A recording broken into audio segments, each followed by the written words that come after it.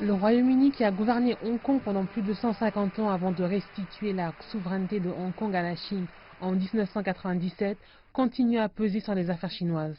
Et concernant les récentes manifestations à Hong Kong, le secrétaire britannique aux Affaires étrangères, Jeremy Hunt, a déclaré que le Royaume-Uni s'attendait à ce que la Chine respecte le traité de 1984, garantissant les libertés fondamentales des résidents de Hong Kong pendant 50 ans après sa restitution. L'ambassadeur de Chine au Royaume-Uni, Liu Xiaoming, a considéré que les commentaires de Hunt étaient contradictoires.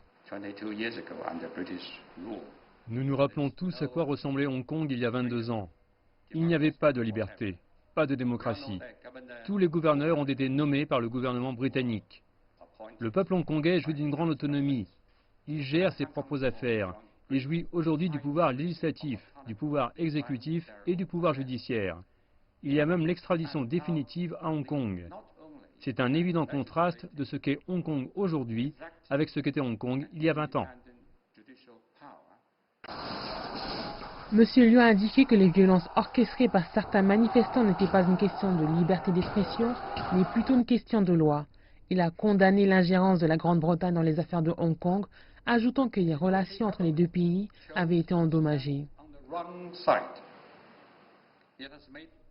Le gouvernement britannique a choisi le mauvais camp et il a formulé des remarques inappropriées, non seulement pour s'immiscer dans les affaires intérieures de Hong Kong, mais également pour soutenir les contrevenants violents.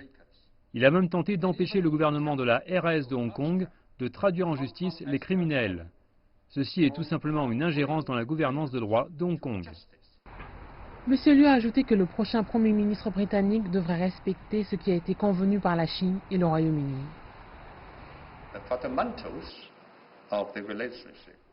Les bases fondamentales des relations entre les deux pays sont que nous devons respecter les principes de souveraineté et de non-ingérence dans les affaires internes.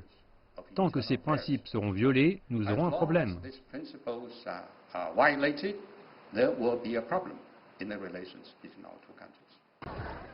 Monsieur Liu a indiqué que la couverture médiatique britannique sur les manifestations à Hong Kong n'était ni équilibrée ni convaincante.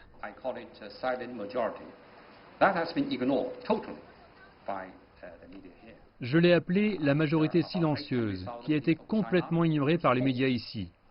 Il y a environ 80 000 personnes qui ont signé pour apporter leur soutien aux commandes d'amendement, soutien qui n'est pas mentionné dans les médias ici. J'espère donc que les médias britanniques pourront rendre justice aux lecteurs britanniques ici. Dans un avertissement adressé au gouvernement britannique, M. Liu a indiqué que les relations entre les deux pays devaient être fondées sur le respect mutuel. Il a également demandé à la Grande-Bretagne de ne pas oublier que les problèmes de Hong Kong étaient les affaires intérieures de la Chine.